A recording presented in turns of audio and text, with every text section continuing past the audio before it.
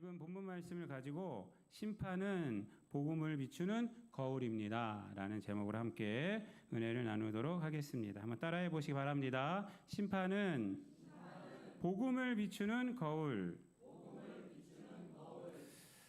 오늘 본문 말씀은요, 우리가 두 절만 읽었지만은 사실 이제 오늘 4장 전체의 핵심이 되는 말씀입니다. 오늘 두 절, 11절, 12절 말씀을 잠깐 제가 설명을 드리자면 이런 말씀입니다. 이 백성과 예루살렘에 전할 자가 있어서라고 말을 합니다. 그래서 전할 말씀이 있다는 것이죠. 그래서 이 말씀은 뭐냐면 뜨거운 바람이 광야에 있는 헐벗은 산에서 이제 불어올 것이다. 근데 누구한테 불어오느냐? 내 딸 백성에게 불어올 것이다라고 말씀을 합니다. 이 뜨거운 바람은 뭐냐면 이스라엘을 이렇게 지도를 딱 앞에 펴놓고 이렇게 보면은 오른쪽에서 오는 바람입니다. 그래서 동풍이라고 그래요. 그래서 이제 예언서를 보면은 동풍이 불어온다고 그래요. 동풍은 뭐냐면 다 이게 뜨거운 바람입니다. 왜 그러냐면 이스라엘을 딱 보면은 오른쪽에 사막이 있어요. 사막이 있고 그리고 왼쪽에 이제 바다가 있습니다. 그래서 사막에서 불어오는 바람이기 때문에 그렇습니다. 이 바람은 좋은 바람이 아니에요. 굉장히 뜨거운 바람입니다. 여러분들 그 헤어 드라이어로 이렇게 머리를 이렇게 말리실 때 그때 바람, 뜨거운 찬바람 말고 뜨거운 바람, 그런 바람이에요. 그래서 이 동풍이 불어오면 모든 곡식이 다 말라 죽습니다. 다 죽어요. 근데 이파리 열매뿐만 아니라 얼마나 뜨거운지 사막에서 막 불어오니까 뿌리까지 말라버립니다. 그래서 다 죽어버립니다. 그것이 동풍이에요. 동풍. 예언서에 보면은 동풍은 결코 좋은 의미로 말하지 않습니다. 그래서 심판의 바람이 됩니다. 그 바람이 불어온다는 거예요. 근데 그 목적이 뭐예요? 심판이라는 거예요. 선과 악을 가르기 위한 것도 아니고, 그래서 이제 뭐라고 그러냐면은 이 11절 말씀에 키질하기 위함이 아니고, 키질 아시죠? 키질하면 이렇게 막 해갖고 이제 점점 중력의 영향으로 인해서 이제 알곡은 이렇게 하다 보면 중력으로 이제 무거운 것이 이제 아래로 떨어지니까 아래로 내려오고, 그 다음에 쭉정이는 어떻게 해요? 이제 바람이 불어서 이제 날아가는 거예요. 그래서 이제 중력과 바람을 이용한 것이 이제 키질입니다. 키질. 그래서 이제 근데 키질하기 위함이 아니라, 그러니까 키질하기 위함도 아니고, 그 다음 뭐라 그래요? 정결하게 하려 함도 아니다 라고 이렇게 얘기를 하고, 뭐라고 말씀합니까? 12절에 보면은 이보다 더 강한 바람이 나를 위하여 오리니 이제 내가 그들에게 심판을 행할 것이다. 그래서 이 바람은 어떤 바람이냐?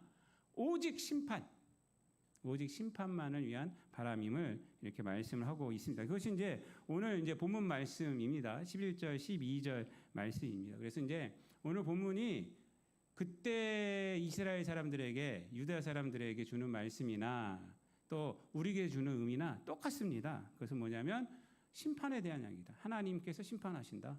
그럼 그 심판은 피할 길이 없다라는 그 내용이 오늘 본문 말씀입니다. 그래서 오늘은 이 하나님의 심판의 메시지가 주는 교훈이 무엇인지 오늘은 신약과 구약을 좀 보면서 오늘 본문을 강의하진 않고 심판이 주는 교훈이 무엇인지를 보면서 우리가 성경 전체를 보면서 은혜를 나누려고 합니다.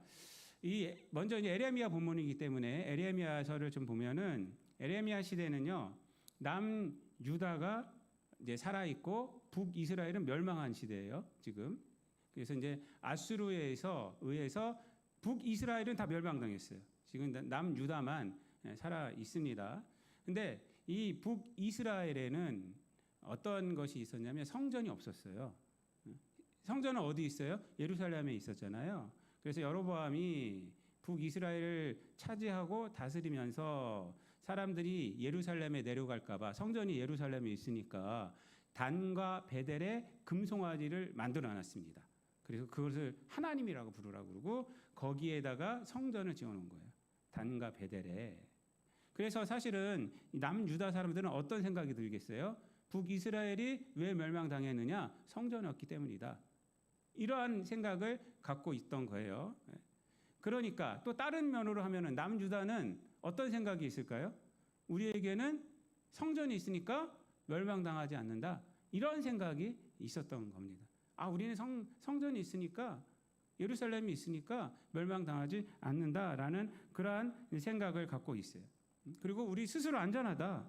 우리는 또 할례를 받았다. 하나님의 백성이다. 뭐 이러한 생각을 갖고 있었습니다. 그러나 하나님은 그들에게 뭐라고 말씀하시냐면 4절 말씀, 이 4장 4절 말씀 다 같이 한번 읽어볼게요. 4장 4절 시작. 유다인과 예루살렘 주민들아, 너희는 스스로 할례를 행하여 너희 마음 가죽을 베고 나 여호와께 속하라. 그리하지 아니하면 너희 악행으로 말미암아 나의 분노가 불같이 일어나 사르리니 그것을 끌 자가 없으리라. 이렇게 말합니다.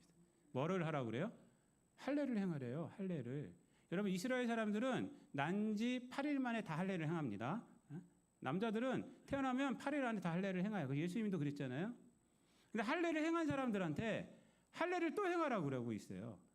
근데 어디다 행하라고 그래요? 마음에 하라. 지금 여기 말씀하고 있습니다. 마음 가죽을 베는 할례를 말씀하고 있습니다. 이것은 왜 그러냐면 하나님의 백성이라고 너희도 안심하지 말아라 이 말입니다.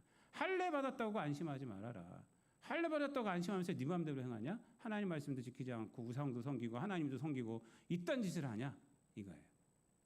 그러면 안 된다는 것이고, 두 번째로 뭐라고 그래요? 예루살렘이라고 하잖아요.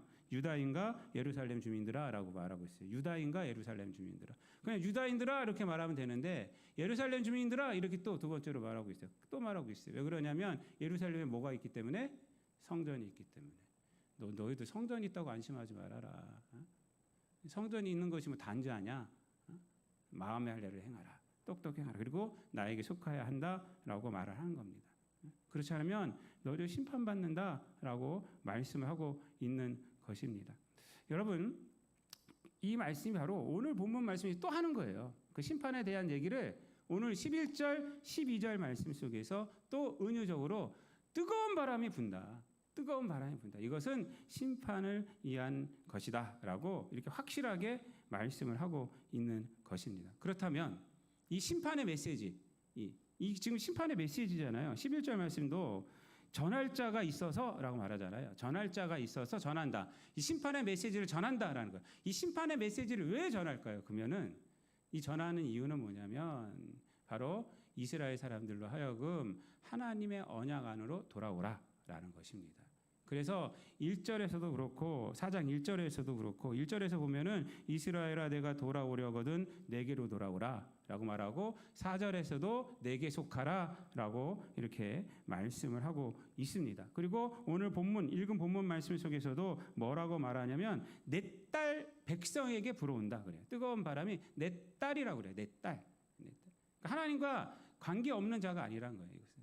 그래서 여러분 이 말씀을 심판의 말씀을 하는 이유는 뭐냐면 하나님께로 돌아오라는 거예요. 특별히 이제 구약에서는 하나님과 이스라엘의 언약 관계를 말하고 있어요. 그 언약으로 이루어진 관계가 하나님과 이스라엘과의 관계입니다. 근데 이 관계가 끊어졌다는 거예요.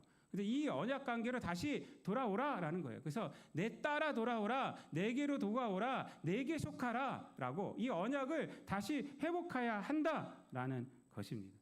그래서 심판의 메시지를 주는 이유는 뭐냐면 이스라엘아 너희들이 언약을 깨뜨렸구나. 그러므로 너희들 죄를 알고 그리고 나에게 돌아오라. 그래서 이 심판의 메시지를 통해서 전달되어지는 것은 두 개입니다. 첫 번째는 나를 떠난 것이 죄다라는 거예요. 여러분 하나님을 떠난 것이 죄입니다. 하나님을 모른다는 것이 죄입니다. 여러분 하나님의 언약을 파괴시킨 것이 죄입니다. 여러분 이거 아무것도 아닌 것이 아니에요. 여러분. 하나님을 모르고 살아가는 것이 그 죄입니다. 여러분. 그게 죄예요. 그것이 죄인지를 알아야 돼요. 그 죄인지. 가장 큰 죄예요. 그게 사실은요. 그래서 너희들 지금 나를 떠났다. 이 심판의 메시지를 통해서 그것을 죄를 알려주는 것이 죄가 무엇인지 알려주는 거고 하나님의 언약을 깨뜨린 것이 죄인지를 알려주는 거고 또 하나는 뭐냐면 돌아오라는 것입니다. 돌아오라. 회복시켜 주겠다. 그래서 여러분 에레미야서뿐만 아니라 구약에서는요 똑같습니다. 구약의 메시지는 똑같은 패턴이에요.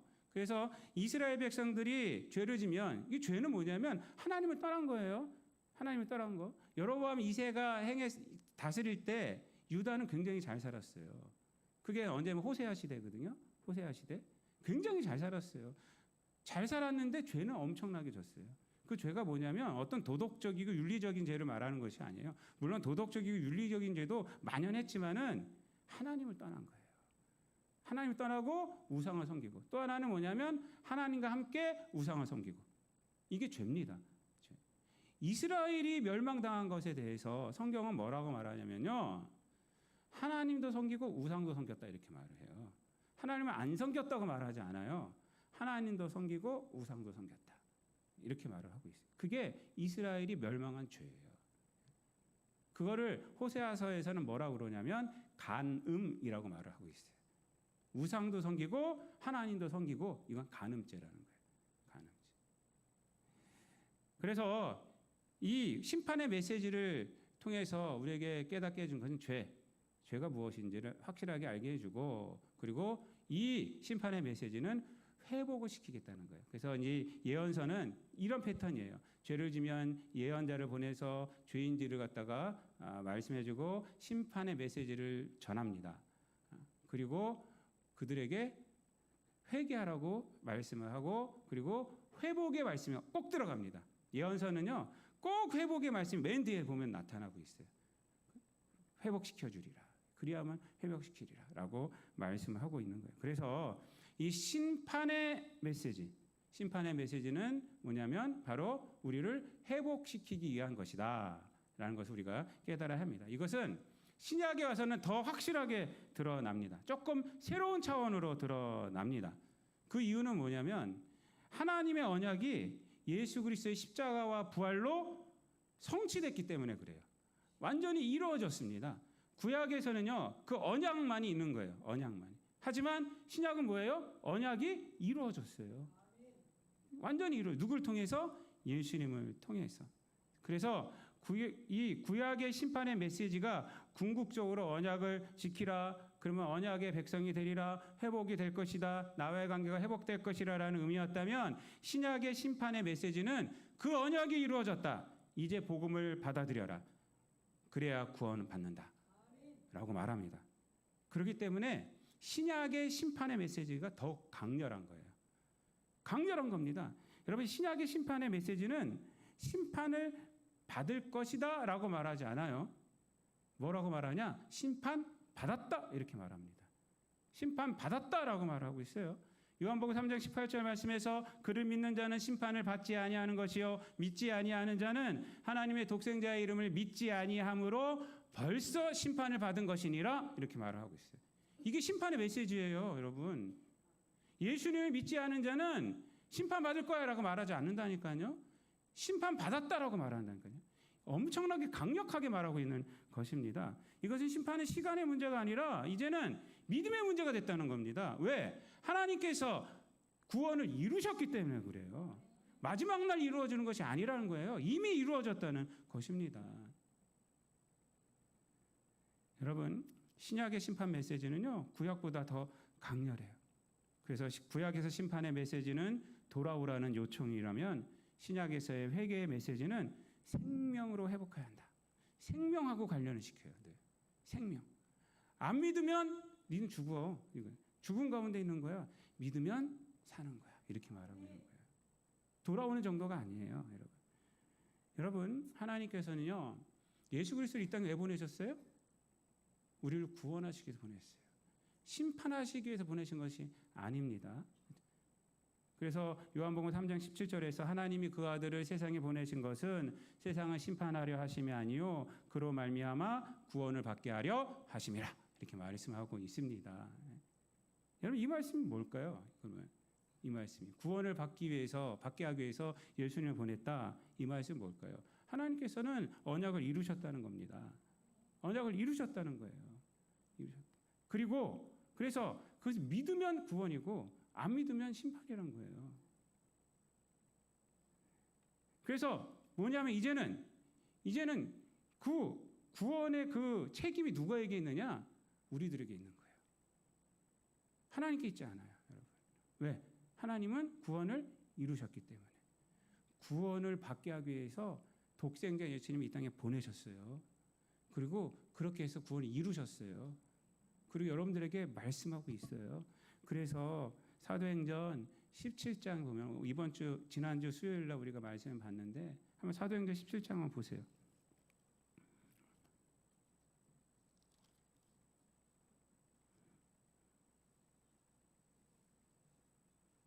17장 30절. 아테네에서의 전도에서 사람들에게 하는 말씀입니다. 예수님이 오셨다라는 것을 이제 말씀했어요. 아테네 사람들은요, 정말 종교심이 강해서 알지 못하는 신에게 하면서 이렇게 그들이 얼마나 철학적인 사람이에요, 아테네가. 근데 결국 그 철학은 우상 숭배로 가게 돼 있어요. 모든 것이 그렇게 가게 돼 있어요. 거기다 대고 사도 바울이 복음을 전하는 거예요. 쫙 복음을 전하고 이렇게 얘기를 합니다. 30절 다 같이 읽습니다. 30절, 31절 시작. 알지 못하던 시대에는 하나님이 강가하셨거니와 어디든지 사람에게 다 명하사 회개하라 하셨으니 이는 정하신 사람으로 하여금 천하를 공의로 심판한 날을 작정하시고 이에 그를 죽은 자 가운데에서 다시 살리신 것으로 모든 사람에게 믿을 만한 증거를 주셨음이니라 하니라. 아멘. 이게 무슨 얘기예요? 예수 그리스도가 이 땅에 오셨다는 거예요. 예수가 십자가에 죽으시고 다시 부활하셨다는 거예요. 그래서 이제는 핑계할 수 없다는 거예요. 하나님께서 구원을 예수님으로 이루셨다는 겁니다. 이루셨기 때문에 이제는 핑계할 수 없다. 이제는 핑계할 수 없다. 무조건 믿거나 안 믿으면 사망이다. 이렇게 말씀을 하고 있는 것입니다. 여기서 알 수 있는 것은 구약이나 신약이나 심판의 메시지는 두려움을 주기 위함이 아니라 회복을 주기 위한 메시지란 거예요. 그 죄가 무엇인지를 알고 그리고 그 죄에서 회복시키는 거예요. 죄가 뭐예요? 구약에서는 하나님의 언약 관계를 깨트린 거 죄예요. 신약에서는 뭐예요? 하나님께서 해주신 구원을 믿지 않은 거, 예수를 믿지 않는 거, 그게 죄예요, 여러분. 죄. 그리고 심판의 메시지를 통해서 그걸 깨닫게 하는 거예요. 깨닫게 하는. 그리고 이 회복하라는 거예요. 결코 심판만을 위한 것이 아닙니다, 여러분.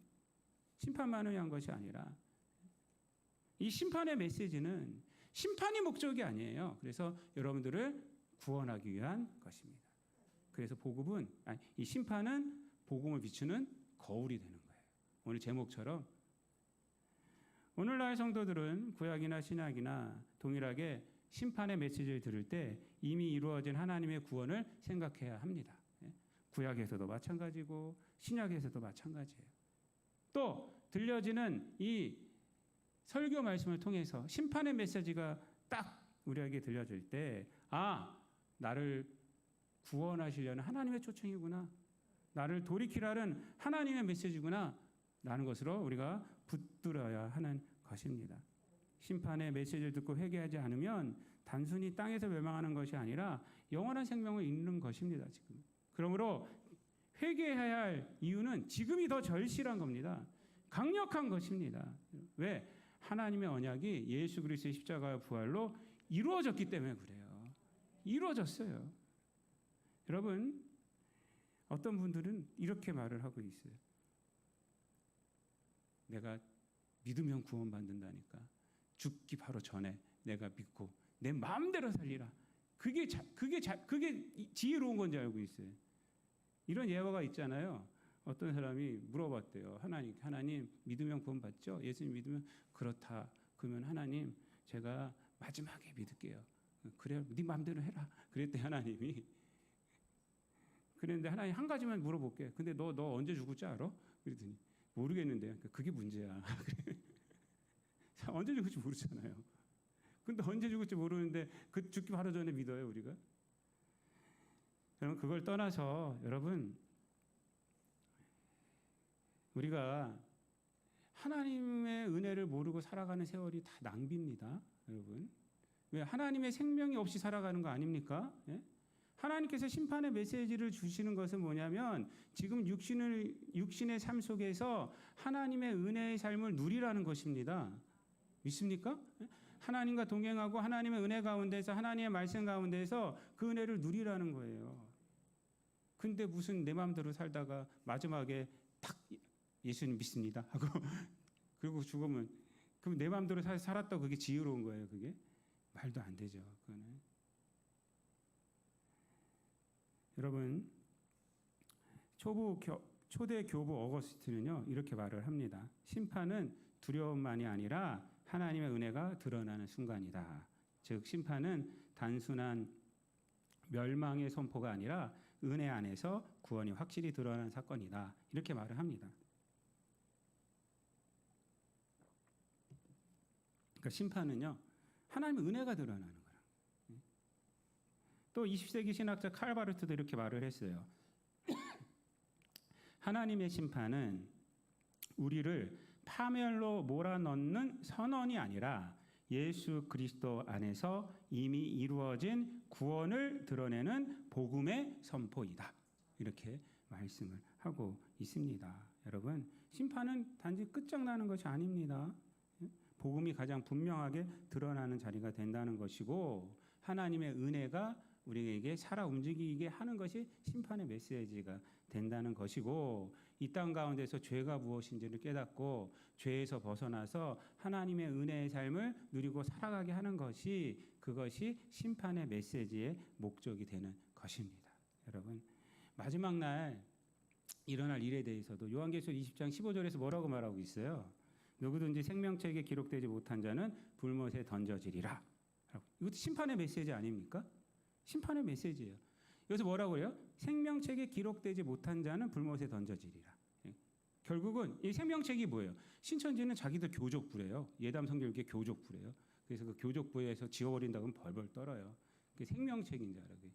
14만 4천 명 그 안에 들어가 있어야 되기 때문에 그래요. 말도 안 되는 소리예요. 생명책은 뭐냐? 예수님이 믿는 믿음 말입니다. 믿음. 예수님을 믿는 자들은 불못에 던져지지 않고, 믿지 않는 자들은 불못에 던져진다는 거예요. 이 메시지가 주는 의미가 뭐예요? 그러면 메시지잖아요. 그날 그런 날이 일어나긴 하겠지만은 이 메시지가 주는 의미는 이 땅 가운데서 예수님 믿고 살아가라는 거죠. 이 심판의 메시지는 바로 그것을 주는 것입니다. 삶은 얼마나 오래 살았냐가 중요하지 않잖아요, 여러분. 우리들 인생도 그렇지 않습니까? 얼마나 좋게 살았느냐가 중요하지 않습니까, 여러분? 좋게 살려면 무엇이 있어야 되냐? 믿음이 있어야 돼요. 하나님 믿어야 돼요, 여러분. 왜? 하나님은 거부한 것 죄이기 때문에. 하나님께서 완성시키신 구원의 복음을 거부하는 것이 죄이기 때문에. 저는 늘 그런 얘기를 해요. 어떤 사람들은 그게 뭔 죄냐고 막 그래요. 그래? 그게 죄가 아니야? 그래서 제가 물어봐요. 그러면 너 바깥에 나가서 니네 아버지를 내 아버지라고 부르지 않으면 그거 뭐야? 그게 죄잖아요, 여러분. 자기 어머니 아버지를 바깥에 나가갖고 내 아버지 아니야. 저 사람 내 아버지 아니야. 이러면 그거 뭐예요, 그게? 아버지를 아버지로 인정해야 되고 어머니를 어머니 인정, 당연한 거지 않습니까? 그 당연한 것을 인정 안 하면 그건 죄입니다, 여러분. 하나님을 우리가 아버지라고 부르지 않고 하나님께서 베풀어 주신 은혜를 은혜라고 부르지 않으면 그것이 큰 죄, 가장 큰 죄예요. 그게 가장 큰 죄입니다. 사람들은요, 다 자기 눈을 가리고 살아가고 있는 거예요. 태양을 가리고 살아간다고 생각하는데 우리가 태양을 어떻게 가려요? 그렇죠? 이렇게 태양이 팍 비칠 때, 저 사무실에 있을 때 쫙 비춰오면요, 제가 탁 눈을 가리면서 뭐라 그러는지 아세요? 내가 태양을 가렸다 그래요. 태양을 가려요. 내가 내 눈을 가린 거죠. 우리가 이렇게 가린 거죠. 우리가 사실은. 여러분, 말씀을 마치겠습니다. 심판의 메시지는요, 결코 무서운 것이 아닌 하나님의 돌이키라는 그런 메시지입니다. 하나님의 구원이 완성되었다는 것을 말씀하여 주시는 것이고, 또 심판의 메시지는, 성경에는 심판의 메시지는 윤리 도덕적으로 말하지 않아요. 항상 보면은. 물론 그런 말씀도 있긴 하지만 근본적으로는 하나님과의 언약을 깨뜨렸다. 하나님께서 이루신 구원을 믿지 않았다. 이렇게 말을 하고 있어요. 그러므로 심판받는다는 거예요. 그래서 죄가 무엇인지를 깨닫게 해주는 것입니다. 그렇지만 심판의 메시지는 죄를 깨닫게 해주시지만 심판 자체가 목적이 아니라 우리를 구원해 주시기 위한 것이 목적인 것입니다. 그래서 예수님은 공생애를 시작하시면서 뭐라고 말씀하셨냐? 회개하라 그랬어요. 회개하라 그랬어요. 회개하라. 이 말씀이 뭐예요? 니들 두려워 떨어라. 니 죽었어 이제. 이 말입니까? 아니죠. 그 다음에 뭐라 그래요? 천국이 가까웠다 그래요. 회개하라. 회개하면 내가 너에게 천국을 준다. 하나님은 천국을 준다. 그러니까 회개하라 라고 이렇게 말씀을 하고 있습니다. 지금도 여러분 오늘 본문 말씀에서 뜨거운 바람이 불어왔어요. 뜨거운 바람의 메시지, 심판의 메시지입니다. 여러분, 이 심판의 메시지는 오늘날 우리들에게도 같이 불어옵니다. 성경 말씀을 통해서 불어오고, 에레미야서를 통해서도 불어오고, 구약을 통해서도 불어오고, 신약을 통해서도 불어오고, 이 강단에서도 불어옵니다. 이 메시지를 듣고 반응하시기 바랍니다. 이 메시지는 결코 여러분들 미워서 하는 것이 아니라 여러분들 구원시키기 위해서 또 하나님의 자녀로서 살아가기 위해서 주는 메시지인지를 깨달으시고 심판의 메시지가 구원의 메시지가 될 수 있도록 여러분 심판은 복음을 비추는 거울임을 늘 깨달으시고 그 은혜 가운데서 살아가는 저와 여러분 되시기를 우리 주님 예수 그리스도의 이름으로 축원드립니다. 기도하겠습니다. 하나님 감사합니다. 심판의 메시지 앞에서 우리들이 하나님의 그 은혜를 깨닫게 하여 주시고 죄가 무엇인지를 깨닫게 하시고 하나님께로 돌이키는 우리 성도들 되게 하여 주셔서 그 심판의 뜨거운 바람이 우리의 죄를 녹이는 바람 되게 하시고 또한 우리로 하여금 새롭게 하는 그러한 바람이 되게 하여 주옵소서. 감사드리며 예수님의 이름으로 기도드리옵나이다. 아멘.